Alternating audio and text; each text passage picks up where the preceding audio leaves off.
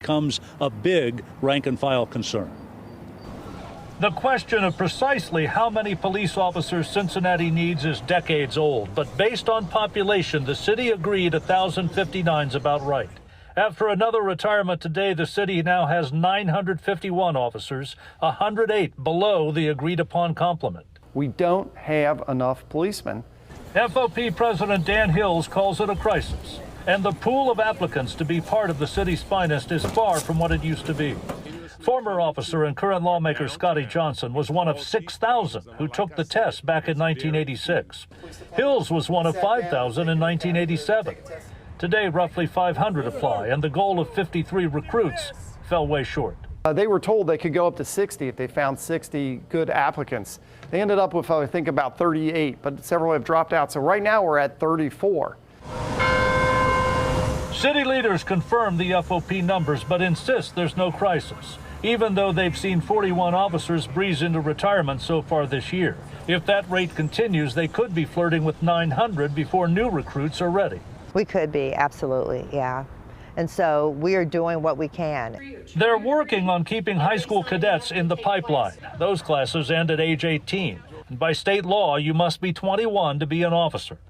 The rank and file sees inflation eating away at longevity pay and overtime. And more veteran officers are eyeing retirement at a time when recruiting is not keeping pace.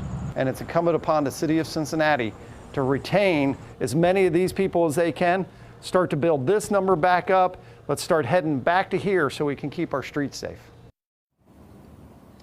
It's Sergeant Dan Hills calling for retention bonuses. Late today, in a statement, City Manager John Curp noted from last Christmas through the end of next year, there will be 126 new officers, new recruits, which he calls unprecedented in the city's history. Curp also said it's critically important to close the gap, and he welcomed the FOP raising the awareness level on this issue. Reporting live at District 1, John London, WLWT News 5. John, certainly shocking to hear those numbers in the decline. The numbers do speak for themselves, but the question should be asked, how much of this might be a prelude to contract negotiations between the city and the FOP? Well, there's another year to go before contract negotiations would begin in earnest. The current agreement expires in the spring of 24. People can draw their own conclusions, but one thing you can say with certainty tonight, the city and the FOP are on the same page with what the number should be, and that's 1,059. All right, John London live for us outside of District 1. Thanks so much.